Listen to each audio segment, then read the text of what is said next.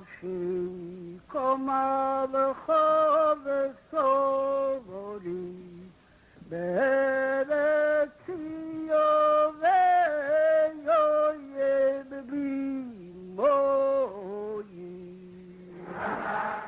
Lubavitch, le rabbi, le mouvement et les hommes. Un feuilleton en 15 épisodes conçu et animé par Olivier Gulan avec Serge Brodovitch et Laurence Potzelver. Réalisation sonore Judith Arfi. Bonjour Serge Brodovitch. Bonjour. Alors aujourd'hui, après avoir parlé la dernière fois de Rabbi Shalom Dovber, nous allons parler de son successeur, de son fils, Rabbi Yosef Yitzhak. Rabbi Yosef Yitzhak, effectivement, c'est le fils unique de Rabbi Shalom Dovber. Nous avions initialement donné comme date 1917 pour ce volet. Ce volet nous emmènera un petit peu plus loin, c'est-à-dire jusqu'au départ de ce monde de Rabbi Yosef Yitzhak. 1917 parce que c'est un tournant politique majeur en Russie, à ce qui est à l'époque encore la Russie, avec l'avènement progressif du bolchevisme et puis l'établissement durable du communisme.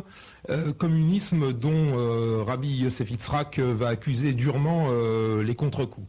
Alors on peut dire également d'emblée que Rabbi Yosef Yitzhak, c'est bien le prédécesseur de l'actuel Rabbi de Lubavitch. C'est le prédécesseur, et puis avec lui on entre de plein pied dans la période contemporaine et de tous les tourments qui vont marquer le peuple juif durant ce siècle. Alors c'est peut-être cet avènement du communisme va peut-être nous donner l'occasion d'évoquer un peu les rapports qu'ont eu les rabbis de Lubavitch et le mouvement de Lubavitch avec les régimes politiques en Russie. Ils ont d'abord vécu le tsarisme. Alors le tsarisme, effectivement, les rabbis de Lubavitch se sont frottés à lui, parce que quand on est un leader communautaire dans un pays comme la Russie, on ne peut pas faire autrement que de se frotter au pouvoir en place.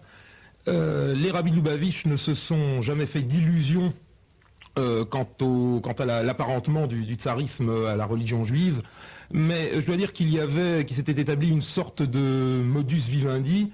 Il y avait une sorte de plateforme que je n'oserais jamais appeler commune, mais qui était fondée sur le fait que les régimes monarchistes et le tsarisme plus que tout autre tiraient leur légitimité de la religion.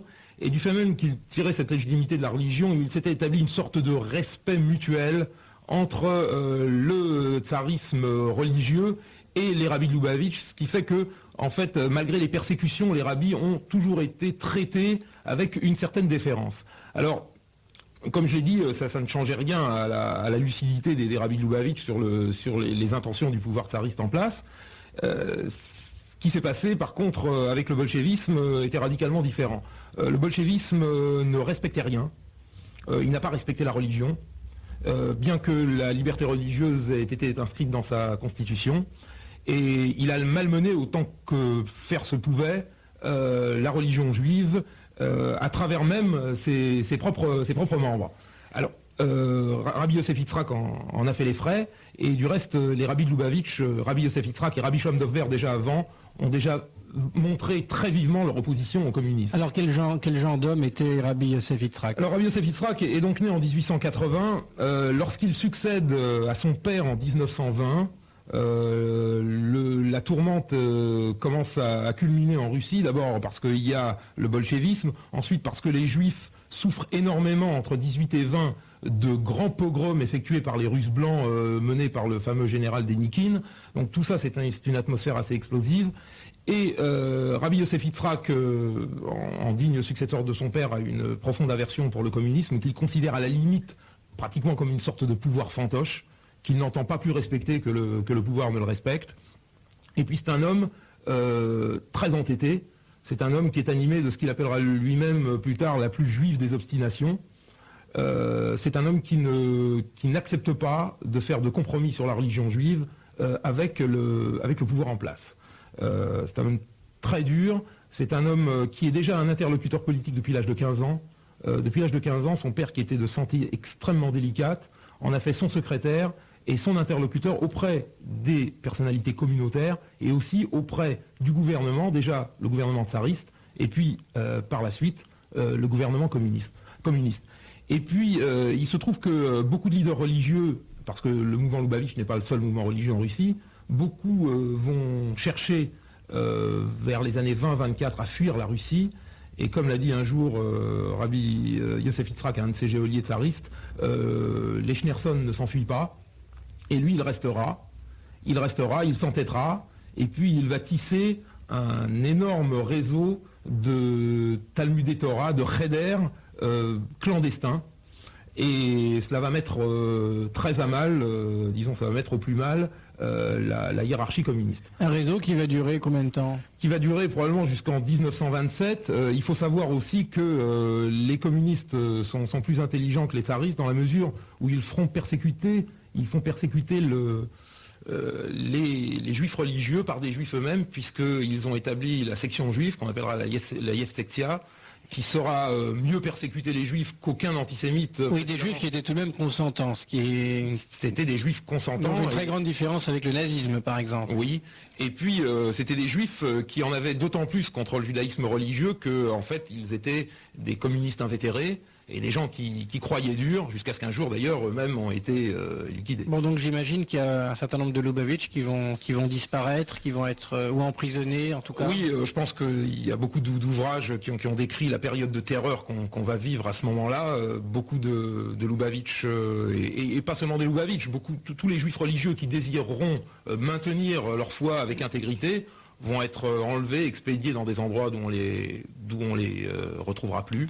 Et cependant, le rabbi de Lubavitch... Alors le rabbi s'entête, alors il faut savoir déjà, on l'avait dit que depuis 1915, le centre de Lubavitch n'est plus dans la ville de Lubavitch. Rabbi Shalom Dov Ber a dû fuir en 1915 devant l'offensive allemande. Et ensuite, par la suite de Rostov, où Lubavitch, où le centre s'était établi, Rabbi Yosef Yitzhak devra s'enfuir à Leningrad. Et c'est à Leningrad que va culminer sa douleur, puisqu'il sera arrêté là-bas. Il aura fait tout pour, il faut dire, d'abord, parce qu'il refuse de s'associer à une conférence du judaïsme soviétique, qui vise à obtenir certains allègements en échange de certains compromis sur la religion juive. Lorsqu'il voit que c'est la Yeftektia, qui est la grande promotrice de cette conférence, il voit que ça sent le roussi et il refuse obstinément de s'y rendre, et comme il refuse, la conférence capote. Et alors là, ça sera disons, la dernière pièce de son dossier, et après un moment chassidique extrêmement pathétique, qui sera le Purim de 1927, où il sera dans une telle exaltation qu'il s'évanouira d'exaltation en invectivant tous ceux qui collaborent avec le communisme, sachant parfaitement qu'à la table où il parle, il y a des yeftekistes, qu'il invective d'ailleurs de face. Rabbi Yosef Yitzhak a clos finalement son dossier criminel, si on peut dire, et puis il va être arrêté. Et alors on va en parler dans la deuxième partie de cette émission, si vous voulez bien, mais encore une question, Serge Brodovitch, avant d'écouter un peu de musique. Est-ce qu'à cette époque, déjà, le mouvement Lubavitch était beaucoup répandu dans le monde, et en particulier en Occident? Il était répandu en Occident. Rabbi Yosef Yitzhak avait envoyé quelques pionniers de l'autre côté de l'Atlantique, le fameux Rav Jacobson, qui a établi Lubavitch aux États-Unis. Le rabbi avait fait de nombreux voyages, c'est un peu exagéré, mais il avait fait plusieurs voyages. En 1929, enfin ça sera après son incarcération, il se rendra successivement en Israël pour un court séjour, puis aux États-Unis. Il fera un voyage aux États-Unis, et puis il y avait déjà au début du siècle des Lubavitch en Eretz Israël. Il y en avait, comme on l'a vu dans un précédent volet, depuis le milieu du 19e siècle, puisque Rabbi Dov Ber, le second rabbi, avait déjà établi une colonie à Hebron. Plus tard, ça s'est encore conforté après la guerre. Mais Rabbi Yosef Yitzhak a établi de nombreux contacts avec l'Occident. Il s'est rendu en France. Il est venu déjà avec son père à Menton, on en reparlera, et à Paris. Et donc il a de nombreux contacts en Occident, et ça lui servira lors de son incarcération. Alors qu'est-ce qu'on écoute? Alors on écoute quelque chose d'un peu coutumier chez les Chassidim. On va écouter un chant de l'armée rouge que les Chassidim ont transformé, vu cette habitude héritée de la Kabbale lorianienne de retourner tout ce qui est impur à... Oui, on avait écouté également des chants napoléoniens. Et on verra aussi que le rabbi a réitéré l'exploit, si on peut dire. On va écouter donc un chant de l'armée bolchevique que les Chassidim ont conquis en quelque sorte.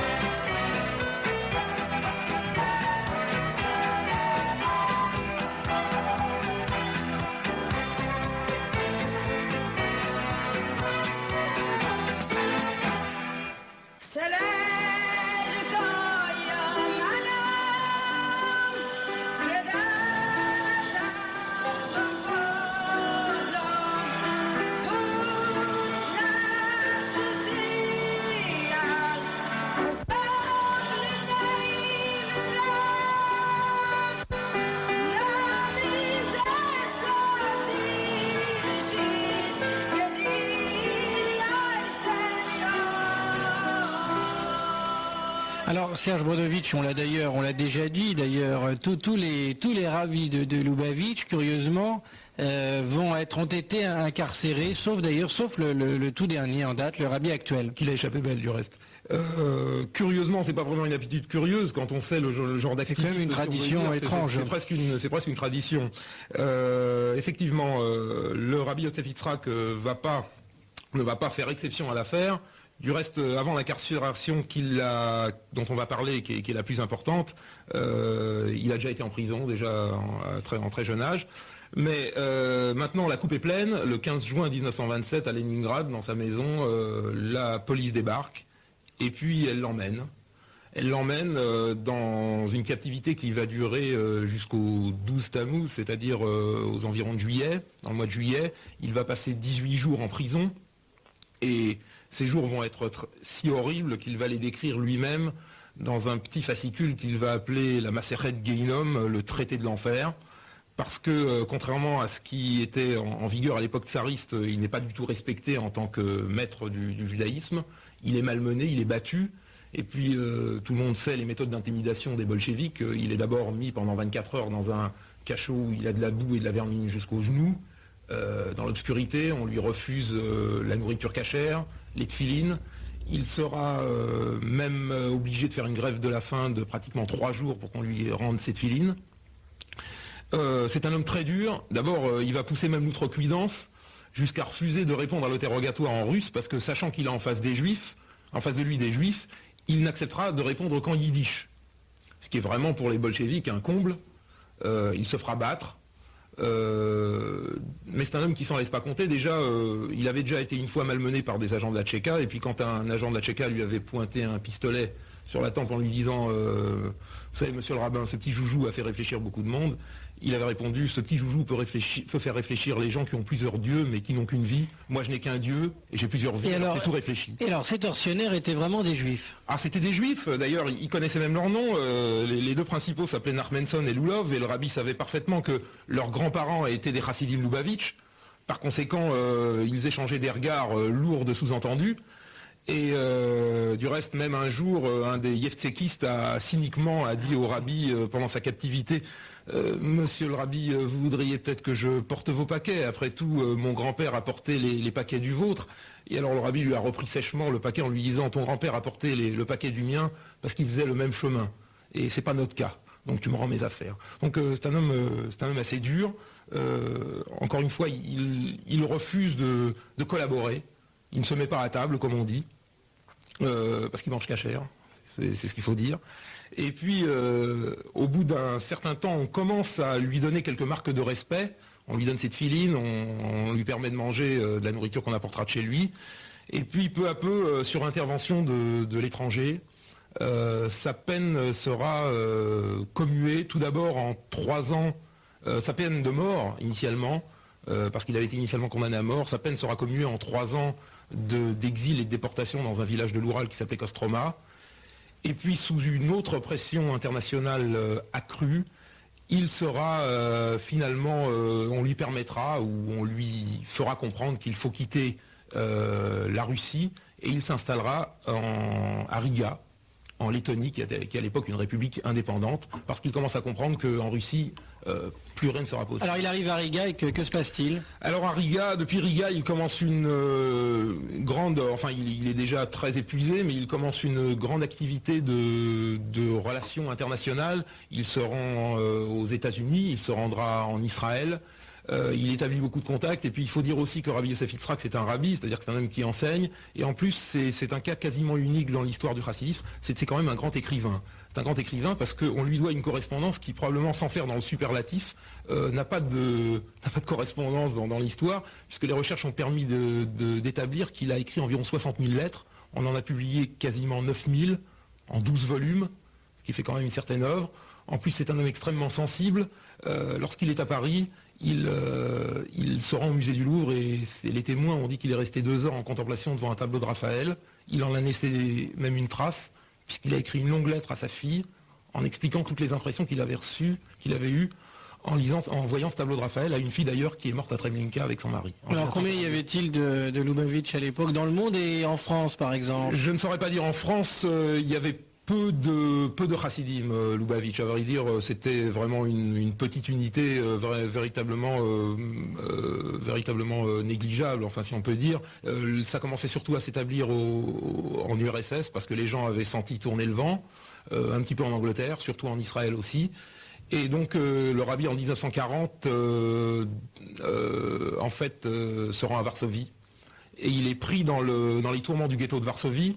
Sur l'intervention du président Hoover, on lui ouvrira les portes du ghetto de Varsovie et c'est là qu'il fera son dernier voyage en quelque sorte pour s'installer en 1940 vers mars 40 aux États-Unis où il terminera où il vivra les 10 dernières années de sa vie qui seront des années de douleur parce qu'il est véritablement épuisé. Pour dire un mot, on pourrait peut-être conclure par deux petites anecdotes pour dire un mot de ce que cet homme était, de ce que sa personnalité dégageait. On a raconté que lorsqu'il était sur le bateau qui le faisait revenir d'Israël, il a été pris d'immenses douleurs, d'affreuses douleurs. Et puis le médecin qui le soignait rentre un jour chez lui et lui dit écoutez Rabbi, le médecin est un juif qui n'est pas du tout pratiquant. Il dit au Rabbi écoutez Rabbi, j'ai besoin que vous me donniez un conseil pour me repentir, un conseil de tchouva. Et alors le rabbi lui dit mais pourquoi voulez-vous vous repentir? De quoi devez-vous vous repentir? À ce moment le médecin lui dit j'ai l'idée que si vous êtes souffrant, c'est à cause de moi. Alors le rabbi lui dit mais c'est à cause de vous? Mais si vous êtes en train de me soigner. Alors il lui dit non, comprenez-moi Rabbi, je me suis imaginé que si le bon Dieu vous a fait voyager sur un bateau et qu'il vous a donné de telles douleurs sur ce bateau, c'est qu'il savait qu'il y avait un médecin pour vous soigner. Par conséquent, si je suis ici, je suis la cause de votre mal. Ça c'est une première anecdote pour dire un peu la personnalité qu'il dégageait, et puis une beaucoup plus disons, intense. Lors des dernières années de sa vie, Rabbi Yosef Yitzhak était donc à New York et un jour, pendant les Hakafot, pendant les danses de Simchat Torah, il y avait un grand monde dans sa synagogue qui était très petite à l'époque, et puis il y avait une chaleur épouvantable, et puis le rabbi commençait à suffoquer, et puis à ce moment un chassid monte sur la table et crie à tout le monde poussez-vous, vous mettez le rabbi à l'étroit. Et à ce moment-là, le rabbi se lève droit sur son fauteuil et dit aucun juif ne m'a jamais mis à l'étroit, pas même les yevtsekistes qui ont pointé un revolver sur ma tempe ne m'ont mis à l'étroit. Voilà ce qu'était Rabbi Yosef Yitzhak. Dans les années 40, comment vivaient les Lubavitch qui allaient à New York? Est-ce que les gens vivaient vraiment? Est-ce que la vie des Lubavitch était tout à fait coordonnée autour de la personne du Rabbi? Organisée autour de sa personne? Certainement. D'abord parce que nombre de Lubavitch des États-Unis ne connaissaient pas le Rabbi lorsqu'il est arrivé, puisqu'ils étaient une génération un peu suivante de celle qui s'était établie. Ensuite, pour la petite histoire, il faut dire que le Rabbi s'établit dans le quartier de Crown Heights, qui est toujours l'actuel QG de Lubavitch, mais à l'époque c'est un quartier chic, c'est un quartier de médecins juifs huppés, qui font d'ailleurs une pétition lorsqu'ils voient des barbus s'établir et investir le quartier, qui était véritablement un quartier résidentiel. D'ailleurs, tous les Lubavitch ne pouvaient pas se permettre d'habiter là-bas, il n'y en avait que quelques-uns. Et alors, le Rabbi a dit, toujours avec son obstination caractérisée, on va leur montrer ce que c'est que le judaïsme. Et finalement, le quartier est devenu ce qu'il est actuellement. Serge Brodovitch, je vous remercie. C'était Lubavitch, le Rabbi, le mouvement et les hommes, un feuilleton en 15 épisodes avec Serge Brodovitch et Laurence Potzelver.